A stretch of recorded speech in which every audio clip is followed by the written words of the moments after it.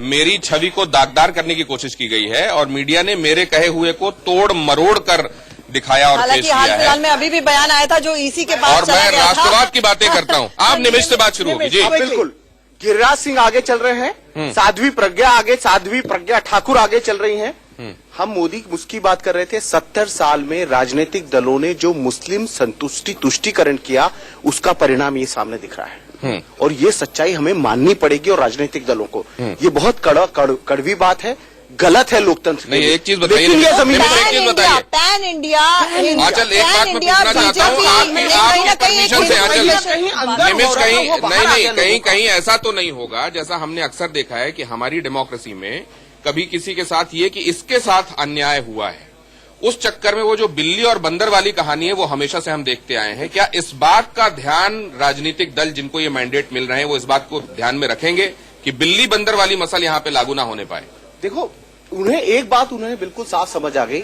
उन्होंने सिर्फ, और ये बात साफ उन्होंने कह भी दिया कि हम जो 70 साल में हुआ सवर्ण, देखिए उन्होंने खुद कहा, अभी 10 ब्रह्मास्त्र गिना रहा था, उन्होंने 10 उसमें कहा कि सवर्ण आरक्षण, साध्वी प्रज्ञा का हिंदू आतंकवाद, गोडसे, ये वो जो हमेशा से दबा हुआ था जिसको बार बार नकारा गया, एक मुस्लिम तुष्टीकरण के ठीक है, आपको कुछ क्षणों के लिए रोकना चाहेंगे। इस वक्त की बड़ी खबर आपको बता दें, महबूबा मुफ्ती ने बधाई दी है। महबूबा मुफ्ती ने पीएम मोदी को बधाई दी है शानदार प्रदर्शन के लिए। लगातार ट्विटर के जरिए बीजेपी और मोदी पर निशाना साध रही थी। अलायंस हुआ जिसको खुद प्रधानमंत्री मोदी ने कहा था कि बीजेपी और पीडीपी के बीच में जब अलायंस हुआ था तो वो भी मिलावटी अलायंस हुआ था। उमर अब्दुल्ला ने भी बधाई दे दी है। उमर अब्दुल्ला, एनसी का बड़ा स्ट्रेटेजिक अलायंस हुआ था जम्मू कश्मीर में, जहां पर श्रीनगर में ही फारूक अब्दुल्ला के खिलाफ उन्होंने कोई उतारा नहीं था शख्स, वरना बाकी सीटों पे उतार दिया था। उमर अब्दुल्ला ने तो रडार वाली बात को भी बढ़ा चढ़ाकर बताने की कोशिश की थी और दूसरे तमाम मुद्दों पर जहां भी मोदी को वो आड़े हाथों ले सकते थे उन्होंने लिया। लेकिन आप कुछ जोड़ना चाहती हैं इसमें, किस बात पर नाराज हो रही हैं आप? जी नहीं, मैं तो महबूबा मुफ्ती वाली एक बात मुझे याद आ गई।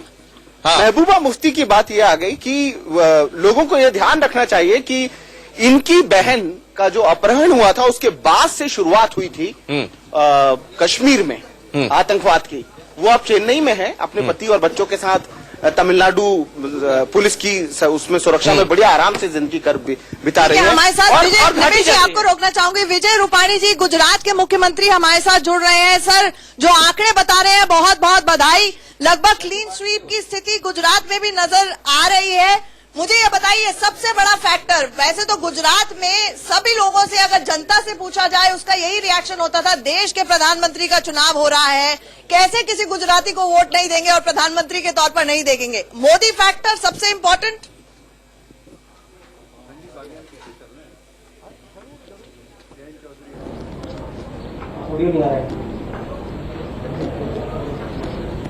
आवाज नहीं सुनाई दे रही। विजय रूपाणी साहब, सवाल ये पूछा गया आपसे, आपको आवाज आ रही हो अगर, कि ये बहुत बड़ी जिम्मेदारी वाला जनादेश आपको मिलता हुआ एक बार फिर से दिखाई दे रहा है। किन वजहों से ये जनादेश मिला और आप इसको लेकर क्या सोच रख रहे हैं आगे? जरूर हमारी जिम्मेवारी बढ़ गई है। लोगों ने जिस भरोसा से, प्रेम से लोगों ने काफी वोट दिया और सीटें भी काफी दी, लोगों की अपेक्षा आकांक्षा जरूर हम ईमानदारी से पूरी कराएंगे। और मोदी जी, मैं जानता हूं कि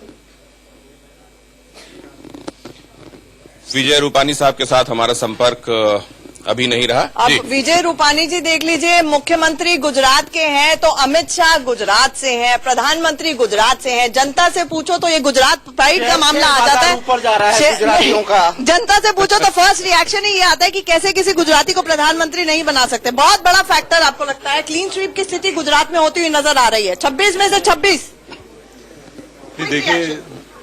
देखिए, तो जनादेश है और जनता ने जो मन बनाया है उसका तो सम्मान करते हैं हम लोग। लेकिन एक जांच का विषय ये है कि जितना विरोध हमने जमीन पे देखा, ये बिल्कुल सिचुएशन उसके उल्टी है। कोई विरोध नहीं था यार, गए नहीं मौके पे आप लोग। विरोध आपको दिखाई दिया, समाजवादी था, आप अभी जाओ। डॉक्टर विजय राठी समाजवादी पार्टी को रिप्रेजेंट करते हैं। और झूठा हिंदुत्व, इसकी काट हम लोगों को ढूंढनी पड़ेगी। यही आप अभी चले जाओ। ये विरोध आप ही को दिखाई नहीं, दे रहा नहीं, था। आप अभी भी ये कहा चले गया जाओ। कि हम तो एक दिनेश निष्पक्ष कहा होके गया कह कि रहे हैं, साइलेंट जनता वोटर फेवर होता है, कांग्रेस का वोटर विपक्ष का वोटर साइलेंट है, जाके साइलेंट वोटिंग तो कोई हुई नहीं है। इसमें विरोध से भी बड़ी बात यह है कि जो मृग मरीज का जो भ्रामकता फैलाई गई देश में, ये उसका रिजल्ट क्या भ्रम है, क्या भ्रम फैलाया गया है और सब लोग इस इंद्रजाल में आ गए।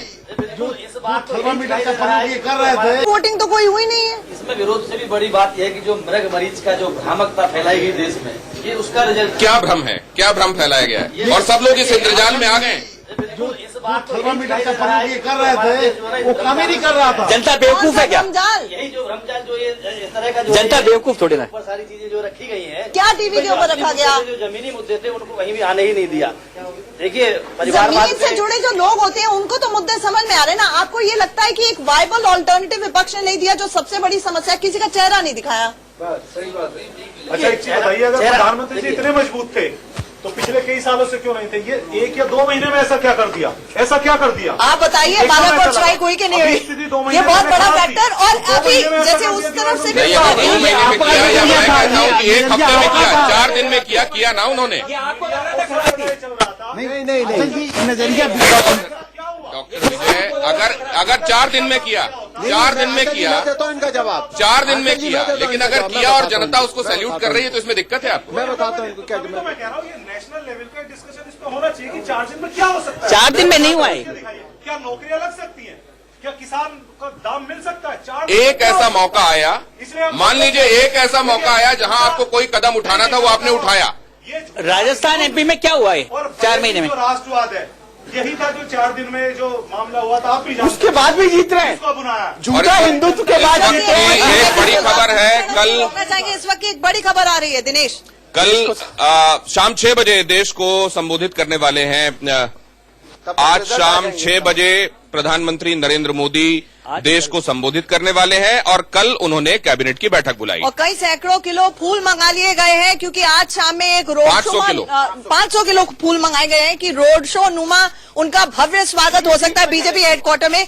अजीत मंडोला जी, उधर से भी ये आवाज उठी, एक हिंदू कंसोलिडेशन वोट की हुई है देश भर में, which has broken the caste barriers. आपको लगता है? नहीं, ये मुद्दा तो ठीक है, माफ करिएगा, आपको मंडोला रोकना साहब होगा। आपको रोकना चाहूंगी। विजय रूपानी हमारे साथ जुड़ गए हैं। विजय रूपानी जी, हम लगातार यही चर्चा कर रहे थे और आपसे यही सवाल पूछ रहे थे कि गुजरात प्राइड का मसला था, बीजेपी के अध्यक्ष गुजराती हैं, प्रधानमंत्री गुजराती हैं, ऐसे में क्लीन स्वीप वाली स्थिति, आपने कहीं ना कहीं बहुत ग्राउंड पर काम किया, क्रेडिट किसको जाएगा?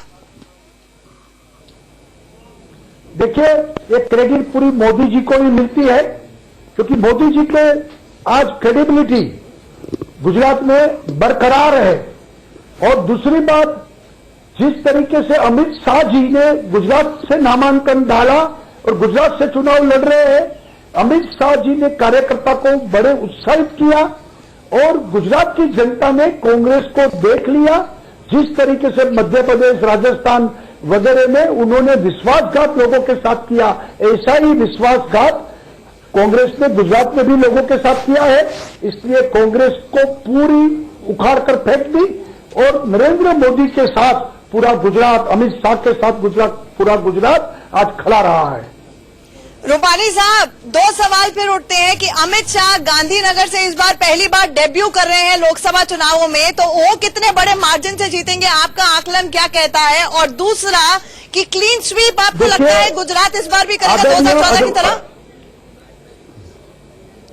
देखिए, अडवाणी जी को 4.5 लाख वोटों की लीड थी, 4,80,000।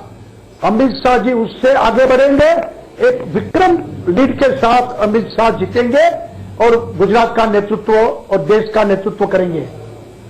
आगे की रणनीति क्या रहेगी विजय रूपानी जी? क्योंकि कहीं ना कहीं जब विधानसभा चुनाव हुए थे तो वहां पर नजर आया था कि कांग्रेस का रिसर्जेंस हो रहा है, 3 लाइफलाइन भी मिल गई थी उसको, हार्दिक पटेल की, अल्पेश ठाकुर की इत्यादि। तो आपको लगता है कि गुजरात में अब जो है एक बार फिर से जो कांग्रेस उठी थी वो फिर से दब जाएगी? देखिए, वो 17 के चुनाव के बाद ये तीनों लोगों ने कांग्रेस ज्वाइन की और कांग्रेस पूरी एक्सपोज हो गई कि गुजरात में अशांति पैदा कांग्रेस ने की थी।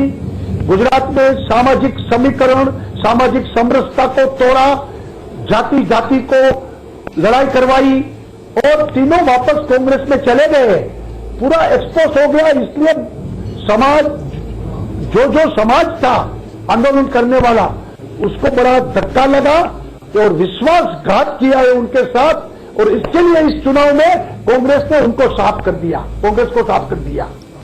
रूपाली साहब, 2014 में हमने गुजरात के विकास मॉडल की बहुत चर्चा सुनी थी, उसको देश में रेप्लिकेट करने की बात हुई। ऐसे में आपसे ये जानना चाहेंगे कि आपको क्या क्या लगता है कि पिछले 5 साल पे राष्ट्रीय स्तर पे मोदी जी ने किया, किस तरह से अच्छे दिन लाए, और आगे 5 साल की अब क्या रणनीति रहेगी अगर आंकड़ों पे नजर डाली जाए तो? देखिए, मोदी जी को मैं जानता हूं, वो परिश्रम की पराकाष्ठा पे काम करते हैं, गरीबी में से बड़े हुए हैं, लोगों की तकलीफें क्या है उनको पता है। इसलिए ये पीड़ित, शोषित, गांव, शहर, किसान, महिला, युवा, उन सबकी समस्या को वो समझते हैं, और आने वाले 5 साल में जनता ने जो अपेक्षा रखी है वो अवश्य पूरी कराएंगे और भारत को विश्व में बड़ा स्थान दिलाएंगे। विजय रूपानी साहब, सबसे बड़ा चैलेंज आपको क्या दिखाई दे रहा है इस मैंडेट के साथ? चैलेंज ये है कि जनता ने कांग्रेस को पूरी साफ कर दी और पूरे देश में भारतीय जनता पार्टी को काफी वोटों से आगे बढ़ाया। लोगों की जो अपेक्षा है वो कैसे पूरी की जाए, सिर्फ इतना ही चैलेंज है। बाकी तो ये विपक्ष के लोगों को अपना स्थान दिखा दिया। नकारात्मक राजनीति अब देश में नहीं चलेगी, सकारात्मक और लोगों का गुड डिलीवरी करने की बात, विकास की राजनीति ही अब देश में चलेगी। वो हम करेंगे। ये हमारे विचारधारा के आधार पर पार्टियां चलती हैं रूपानी साहब, और विचारधारा के लिए अगर लोगों का ये समर्थन है तो क्या ये समझा जाए कि विपक्ष की जो विचारधारा है अब उसके साथ खड़े होने वाले लोग इक्के दुक्के बचे हैं? सही बात है आपकी कि उनकी विचारधारा के साथ लोग सम्मत नहीं है। अब राष्ट्रवाद की विचारधारा पर ही लोग साथ में रहेंगे। नेशन फर्स्ट, देश के हित के सिवा कोई बात नहीं, ये बात ही देश में चलेगी। तो एक सवाल ये भी उठता है रूपानी साहब, प्रधानमंत्री मोदी का मजबूत नेतृत्व तो एक चीज है, लेकिन आपको लगता है कि विपक्ष कोई ऑल्टरनेटिव भी नहीं दे पाई? टीना फैक्टर यहाँ पर रहा, कोई एक चेहरा नहीं था जो जिसकी वजह से इतना भारी बहुमत की ओर और प्रचंड जीत की ओर आप बढ़ते हुए नजर आ रहे हैं। अच्छी, आज सही बात है कि नरेंद्र मोदी का कोई ऑल्टरनेट विपक्ष के पास नहीं था, इसलिए उनकी हालत खराब हो गई। विजय रूपानी साहब, बहुत धन्यवाद। इंडिया न्यूज के साथ आप जुड़े, लेकिन आपसे रिक्वेस्ट ये है कि हमारा सहयोगी चैनल न्यूज एक्स भी आपसे बातचीत करना चाहता है, इसलिए आप अपना ये संपर्क कभी काटिएगा नहीं, हमारे साथ जोड़े रखिएगा। बहुत धन्यवाद हमसे आपने बातचीत की। और एक छोटे से ब्रेक के लिए यहाँ पर रुक रहे हैं दिनेश। हमारी ये बड़ी कवरेज, मेगा कवरेज लगातार जारी है, जल्द लौटते हैं।